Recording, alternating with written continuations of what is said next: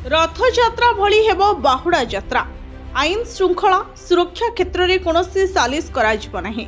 भिड़ परिचालना और सूचना संचार उपरे अधिक गुरुत्व देवाकू मुख्यमंत्री परामर्श।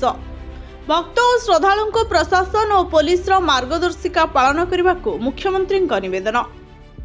मुख्यमंत्री मोहन चरण माझी लोकसभा भवन में बाहुड़ा यात्रा प्रस्तुति संपर्क में समीक्षा करिसेंते। एही अवसर में भिड़ परिचालना और सूचना संचार उपरे अधिक गुरुत्व देवाकू अधिकारी मानकू परामर्श दैछते।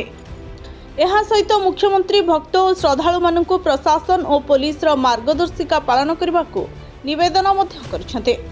बैठक रे होइथिबा आलोचनारू जणा जायछि जे रथयात्रा ठारू आज पर्यंत महाप्रभुଙ୍କ समस्त नीतिकांति प्रायतः ठीक भाव परिचालित होइछे।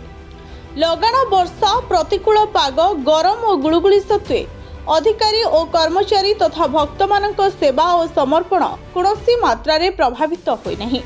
सेवायत मानक निष्ठा और समर्पण मनोभावर उच्च प्रशंसा करी मुख्यमंत्री सेमानकु धन्यवाद दैछते। महाप्रभुଙ୍କ सेवारे समस्त अधिकारी और कर्मचारी टीम स्पिरिट नहीं काम करुथबारु मुख्यमंत्री धन्यवाद दैथिले।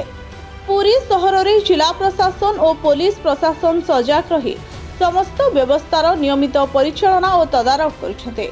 पहंडी रथटणा दक्षिणी मोड़ आड़प मंडप दर्शन प्रत्येक समय रे वरिष्ठ अधिकारी माने उपस्थित रही नियमित तदारख करुछते। बैठक रे भिड़ परिचालना और निरंतर सूचना संचार उपरे अधिक गुरुत्व देवाकू मुख्यमंत्री अधिकारी मानकू परामर्श दैथिले। भिड़ रे जनगहली को वैज्ञानिक पद्धति रे अनुध्यान करने परामर्श दे मुख्यमंत्री कहिथिले जे सीसीटीवी रु मिलुथुबा सूचना को इंटीग्रेटेड कमांड एंड कंट्रोल व्यवस्था जरिया समस्या थिबा स्थान को तुरंत प्रदान करागले समस्यार समाधान होई परिबो। आगकू बाहुड़ा यात्रा सहित महाप्रभुଙ୍କ सुनावेश और नीलाद्रि विजय अनुष्ठित हेबो। तेणु समस्त नीतिकांति जेपरी सुचारू रूपे पालित हेबो सेथिप्रति स्वतंत्र ध्यान रखिबाकू मुख्यमंत्री कहिथिले। बैठक रे आईन और पूर्त मंत्री पृथ्वीराज हरिचंदन, मुख्यमंत्री परामर्शदाता प्रकाश मिश्र, मुख्य शासन सचिव अनुगर, उन्नयन कमिश्नर डीके सिंह प्रमुख उपस्थित रही बाहुड़ा और सुनावेश परिचालना संपर्क में मतामत रखिथिले। Bureau report, Odisha fast.